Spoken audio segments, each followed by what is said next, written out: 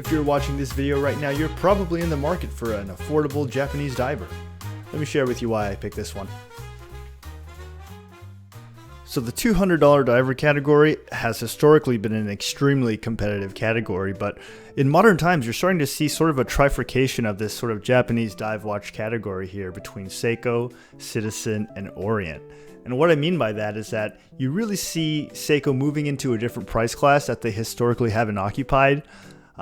So when I think about $200, $250 Seiko divers, we're thinking about the 5KX here, which does not have the screw down crown, which is not rated for 200 meters of water resistance. It's more of an aesthetic piece that kind of fits that price category.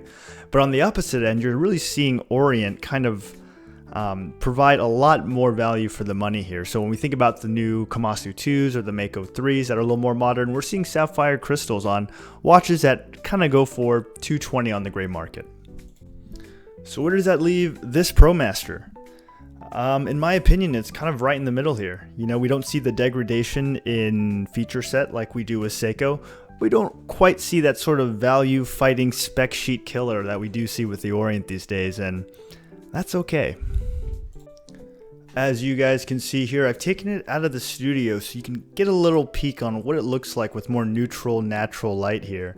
I don't have any overhead lights. This is kind of like a backlit, natural type of scenario, but it really does highlight how dark and deep this green dial and bezel is. It's almost black as you sort of look at it.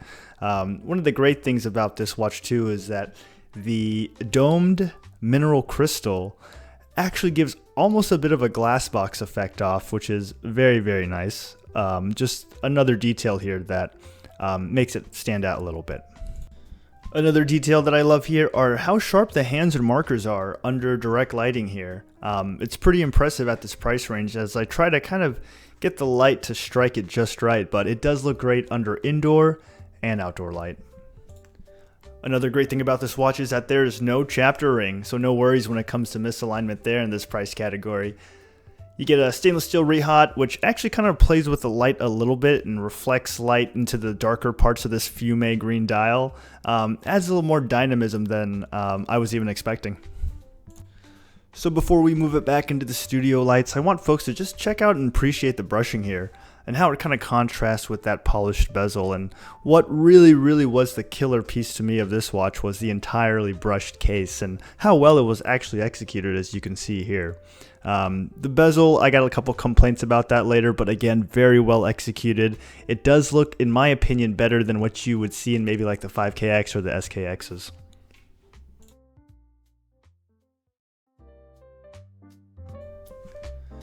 Back under the studio lights here, and let's take a second to talk about the straps. In a word, oof. These are not great. Probably my biggest complaint when it comes to this package here is that the straps out of the box really are lacking.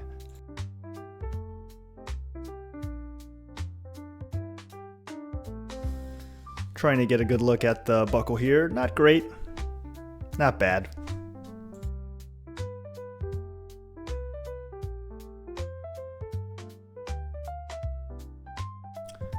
You know, with that said, I am pretty satisfied with the setup that I have it on right now. Especially whenever I want a green Seamaster. When I get that desire, I just pop this baby on and it kind of scratches that itch just a little bit.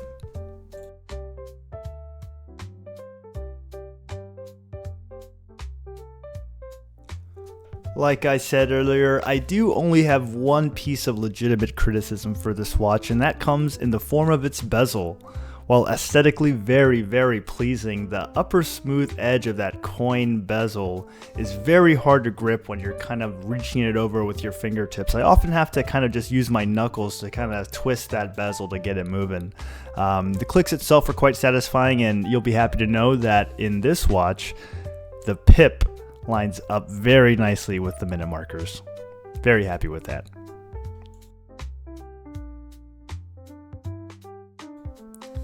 And that's pretty much going to wrap it up for today, folks. Thank you so much for watching. And, you know, as a new channel, I'd really want to hear your guys' feedback in the comments. So drop a comment, let me know what you think, and I'll catch you guys on the next one. Thanks again.